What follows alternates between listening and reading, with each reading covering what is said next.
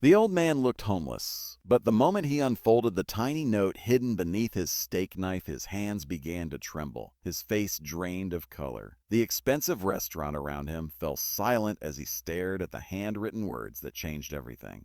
Please don't leave. I think I know who you are, and I need your help before it's too late." He slowly lifted his eyes toward the young waitress standing beside his table. "Ha!" She kept a calm expression for the customers around her, but her eyes were filled with fear, desperation, and a pain she had clearly been hiding for years. And in that moment, billionaire Marcus Whitmore realized this dinner reservation had never been random. Before we begin, if you believe kindness still matters and that everyone deserves a second chance no matter their past, take a moment to like this video, comment where you're watching from, share this story with someone you love, and subscribe to the channel for more emotional stories that restore faith in humanity. Marcus Whitmore was one of the richest men in America, but almost nobody would have recognized him that night. At 58 years old, Marcus had built a billion-dollar hospitality empire from the ground up. He owned luxury hotels, elite restaurants, resorts, and real estate across the country. Business magazines called him a genius. Investors called him unstoppable. But behind the success was a man haunted by something money could never fix. 27 years earlier, Marcus had lost his wife and newborn daughter in what authorities ruled a tragic hospital fire. His wife had gone into labor early during a winter storm, and Marcus had been trapped at an airport due to canceled flights. By the time he arrived, the hospital wing had burned down. He was told there were no survivors. Marcus buried 2 empty caskets because their bodies were never recovered. That tragedy shattered him. He buried himself in work because work didn't ask him to grieve. It didn't ask him to remember his wife's laugh or the tiny pink blanket they had bought for their daughter. But recently, Marcus had begun secretly visiting businesses he owned while disguised as an ordinary man. He wanted to know how employees treated people when wealth and status weren't visible. He dressed in old clothes, grew his beard, wore dirty boots, and moved through his own establishments like someone society ignored. What he discovered often disgusted him. Managers mocked poor customers. Employees discriminated against struggling families.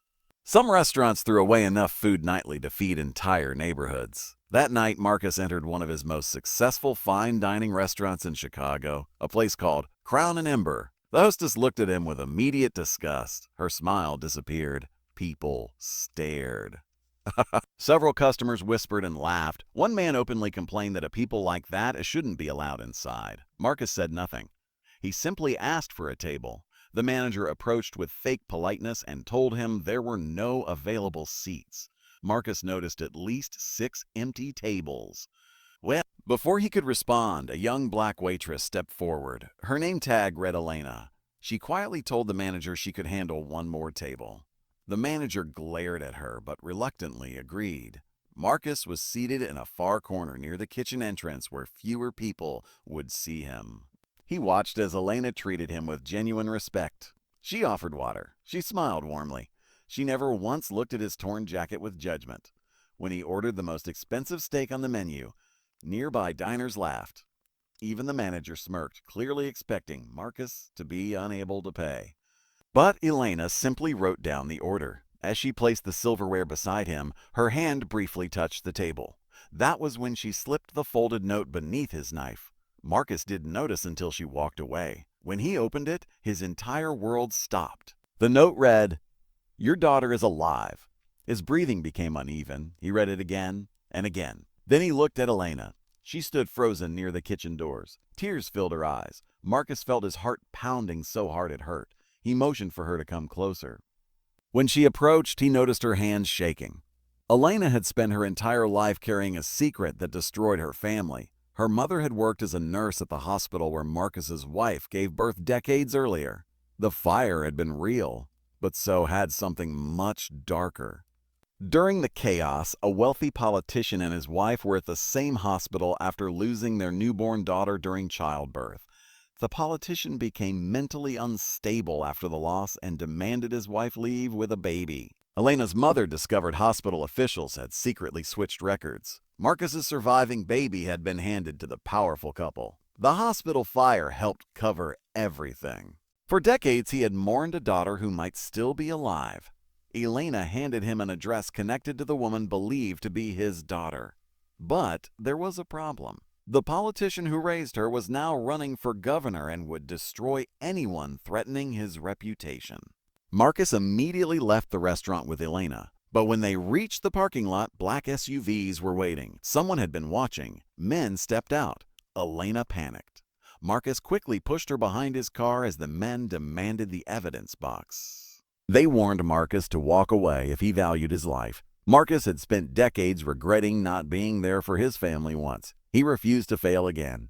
Using his security contacts, Marcus got Elena to safety and launched a private investigation. The evidence proved everything. DNA records had been altered, birth certificates forged, hospital administrators bribed, and the politician at the center of it all had built his career on lies.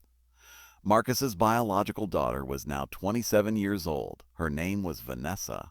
She was a public school teacher living a quiet life, unaware her entire identity had been stolen. Marcus stared at her photos for hours. She had his wife's smile. Her eyes looked exactly like his. When he finally met her, she didn't believe him. Why would she? He was a stranger with an impossible story, but DNA results confirmed the truth. Vanessa broke down when she realized the parents she loved had built their family through betrayal. Marcus didn't pressure her. He simply told her he would wait forever if needed. Weeks passed.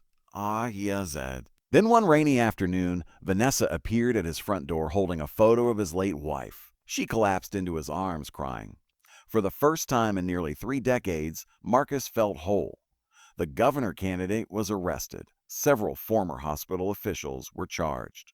The story made national headlines, but Marcus did something that shocked everyone. He publicly thanked Elena. He gave her full ownership of the restaurant where she worked.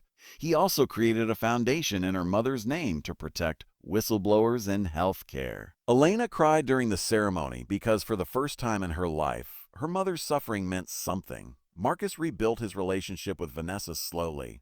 There were painful conversations, missed birthdays to grieve, lost years they could never recover, but there was also healing. Family dinners, holiday traditions, laughter, and new memories. 1 year later, Marcus returned to Crown and Ember. This time, dressed in his normal suit, the staff who once mocked him were gone.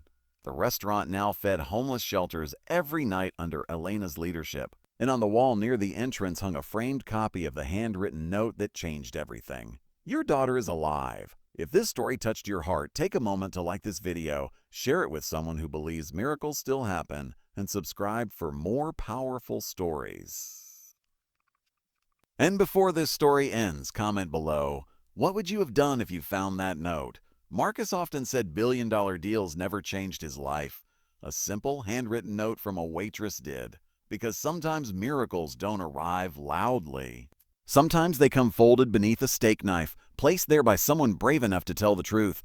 And sometimes the person the world overlooks becomes the very person who saves everything. Marcus thought life had finally given him back what it stole. He was wrong. Just 6 months after reconnecting with his daughter Vanessa, another devastating truth emerged, one that threatened to destroy everything they had fought to rebuild.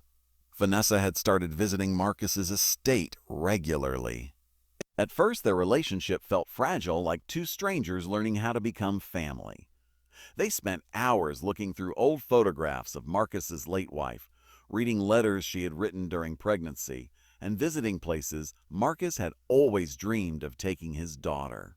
Slowly, the emptiness both of them carried began to heal. Vanessa introduced Marcus to her husband, Daniel, a hardworking mechanic, and their 7-year-old son, Noah, a bright little boy who instantly attached himself to Marcus. The first time Noah called him a grandpa, Marcus had to turn away so nobody would see him cry. For the first time in decades, Marcus felt rich in ways money could never measure. Elena also flourished after becoming owner of Crown Ember. She transformed the restaurant into one of the most respected establishments in Chicago. She introduced free meals for struggling veterans, scholarships for single mothers, and employment opportunities for people trying to rebuild their lives after incarceration. The media praised Marcus for his generosity. But Marcus knew Elena was the real hero. Then came the phone call that shattered their peace. Vanessa was rushed to the hospital after collapsing at work. Marcus arrived to find Daniel crying in the waiting room. Doctors delivered heartbreaking news. Vanessa had an aggressive heart condition that had gone undetected for years. She needed a transplant immediately. Without one, she might only have months to live. Marcus felt the same helplessness he had felt decades ago outside that burning hospital. He had just found his daughter. Now he might lose her again. Marcus used every resource he had. He contacted specialists across the country, funded research teams, and put out urgent donor requests. But no match came. Weeks turned into months. Vanessa grew weaker. Her son Noah began asking heartbreaking questions no child should ask. He started sleeping with his mother's sweater because it smelled like her. Marcus would often sit alone in his office at night, staring at family photos and silently begging God for more time. Then, Elena made a discovery. While reviewing old files connected to the corrupt governor case, she found records showing Vanessa's adoptive father had hidden another secret. Before his arrest, he had fathered a child with another woman decades earlier, a son named Michael. Michael was Vanessa's biological half-brother through her adoptive father. Investigators located him in a small town in Ohio. But there was a problem. Michael hated everything connected to his father. He had grown up abandoned in poverty while watching his father build a public image as a family man. When Marcus met Michael, the man wanted nothing to do with him. Michael believed Vanessa represented the life he was denied. He refused testing. Marcus didn't give up. Instead of offering money, Marcus told Michael the full truth. He explained how Vanessa had also been robbed of her real family, how she had suffered too, how none of this was her fault. Michael listened in silence. Then Marcus showed him a photo of Noah, a little boy who might lose his mother forever. That image broke something inside Michael. He agreed to get tested. Days later, doctors delivered stunning news. Michael was a perfect donor match. Vanessa cried uncontrollably when she met him. Two strangers connected by lies they never created. Two victims of one man's selfish decisions. Michael donated without asking for anything in return. The surgery lasted 14 terrifying hours. Marcus sat in the waiting room with Elena, Daniel, and little Noah. Nobody spoke. Nobody slept. Finally, the surgeon walked out smiling.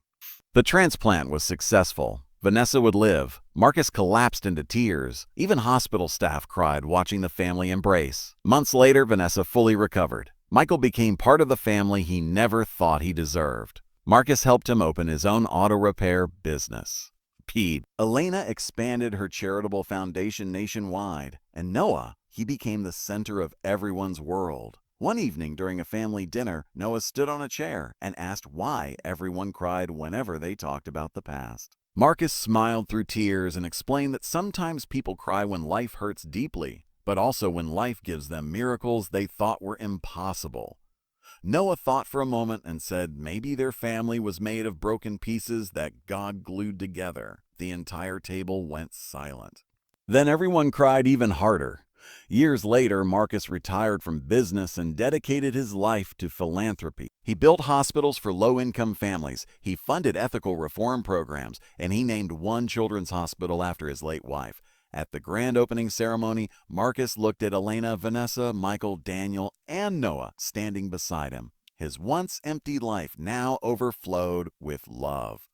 Before cutting the ribbon, Marcus shared words that left the audience in tears. He said life took almost everything from him, but it sent strangers who became family. It gave him second chances he never deserved. And it taught him that miracles often arrive through ordinary people brave enough to do extraordinary things. If this continuation touched your heart, please like this video, share it with someone who believes in family, healing, and second chances, and subscribe for more emotional stories. And before you go, comment below. Do you believe fate can bring broken families back together? Because sometimes the people meant to save your life are the ones you never saw coming.